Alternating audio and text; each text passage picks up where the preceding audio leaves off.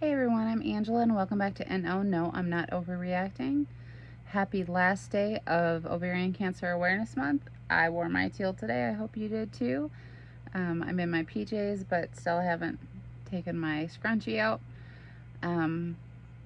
Yeah, I'm laying down today because I am in a lot of pain today. As the weather gets colder and wetter, I have more and more pain, and today, by the end of the day, everything hurt.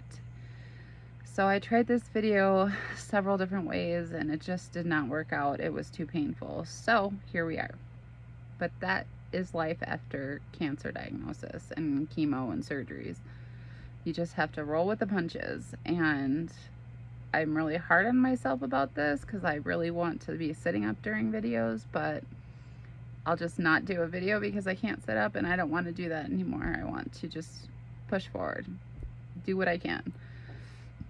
So my video today was actually a topic that I planned for down the road, but I got a phone call today that reminded me of my intention to do this video, so I decided to go ahead and do it. And my topic of conversation today is that not all oncologists and not all treatments are created equal. I have not had the best experience here in Colorado. In fact, I don't like their healthcare system at all, just about. There's some programs for people on Medicaid that are wonderful, and that's fantastic. But I'm not impressed with the healthcare system out here in Colorado. I'm going to tell you why. It takes forever to get a hold of anybody to do anything, first of all.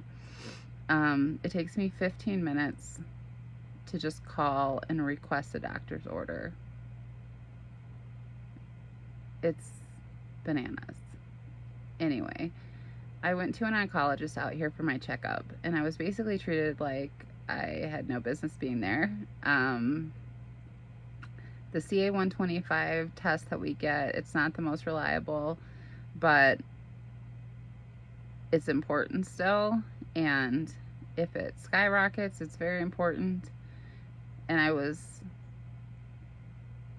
told that the one at the University of Colorado out here in Aurora, I was told that it runs higher than everywhere else, which to me means your test is not good. You need to do something about that.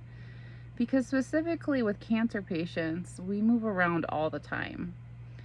Me, obviously, more than others because I'm a travel nurse. So, however, for instance, my best friend Amy, who has stage 4 ovarian cancer, the same kind as me, different tumor genetic issues, but we have the same kind of cancer. She's stage 4.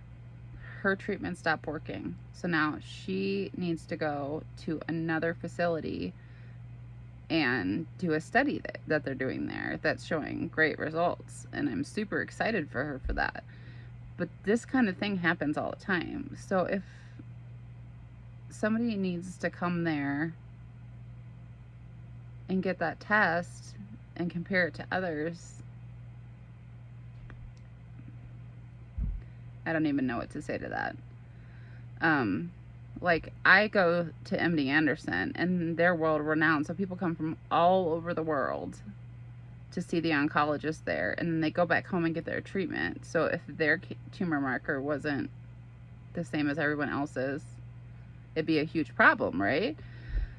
So it's that right there was the first thing I heard, and I was also told I didn't really need a pelvic. Well, our cancer notoriously doesn't show up on scans. Our tumor marker doesn't always show that we have cancer, so a lot of times it's the oncologist. In fact, my best friend, they found it again because of a pelvic, not because it showed up on anything else. So that was the second red flag. The third red flag was he said that there was really no point in me trying to get more pelvic floor therapy and pelvic pain therapy because it would take 4 to 6 weeks to get in. And I was like, well, that still leaves me like 6 weeks of therapy, and I'm in pain and having issues, other issues, health issues. So, kind of important. I mean, it is to me. Apparently, it's not to you, but that's all right. Okay. So, he wrote me out those.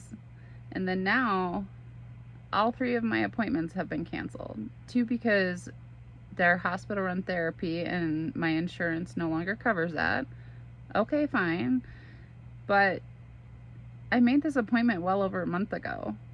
It was supposed to be like next week. So now I have to be on a waiting list for another 4 to 6 weeks. Now I really won't get therapy, so thanks for that, I guess.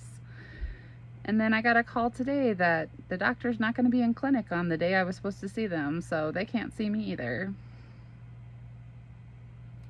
I really got absolutely nothing from this visit. My CA-125 actually went down from the numbers I had in Texas, which had gone up, which is why I was getting a 6-month follow-up instead of a year, which is where I should be at right now. But I've constantly had issues, so it's been every 6 months for me since diagnosis, since after chemo. So, yeah, not great.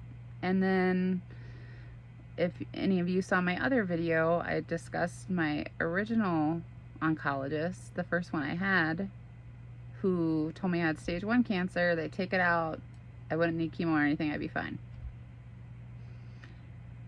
Then after my surgery, while I was still in recovery and completely out of it, she apparently told my family that I didn't have cancer. 4 days later, she called me. It was stage 3 and I would need chemo, which was the one thing I didn't want because I used to work in chemo. I know how it goes.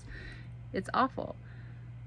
Carbotaxol is notoriously awful chemo to have to go through. None of them are good, but it is one of the worst. So then she said I probably didn't need a hysterectomy, and then she said she was going to talk to the tumor board and present my case and ask them, and then she said she didn't need to talk to anybody else. I don't need to talk to anybody else. I can tell you myself that of course you need a full hysterectomy. Then I was upset because I was told it wasn't cancer, but now I have to have chemo, and I was crying, and she said I was hysterical and I needed a therapist, which I already had one, thank you very much, and that she got all the cancer and everything was fine, so I should be happy. Never told me that the chemo that I didn't want to get would likely have done nothing for my cancer, which it obviously didn't, because the cancer that she got all of it was still there, microscopic cancer, all over my pelvis when they went to do my hysterectomy. So, not all oncologists and not all treatment centers are created equal. And if you're not comfortable where you're at and you're not getting the answers that you want, then you need to change. You don't need to worry about hurting other people's feelings or the work it's gonna cause everybody. Go where you're comfortable. I have literally been through so many oncologists, and if you want recommendations in your area, I will be happy to talk to my oncologists that I've had that have pointed me to other oncologists. I literally get recommendations from one place to where I should go to the next place. I can hook you up, so let me know.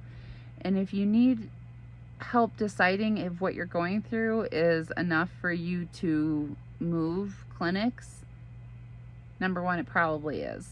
If you're uncomfortable and your gut's telling you to go, go. But if you need help deciding, go ahead and message me or leave a comment below and we'll connect. Now, having worked in oncology, having been a patient, watching other people go through it, it's it's a crazy ride, and I am more than willing to help you through it anytime. That's eventually what I hope to do. One of the things I hope to do with my nonprofit I'd like to start someday, called Ocean, Ovarian Cancer Education and Assistance Network. It's really the network that I want to really push, the networking part of it, the bringing all of the information to one place so that you can look and see everything that's available to you. So that brings me to one thing I did want to bring up. I don't have it memorized, but there is a website, and I think it's a government website, and it's all of the different studies that are being done on different kinds of cancer. So I will put that in the description. I also wanted to say that, oh no, I'm drawing a blank.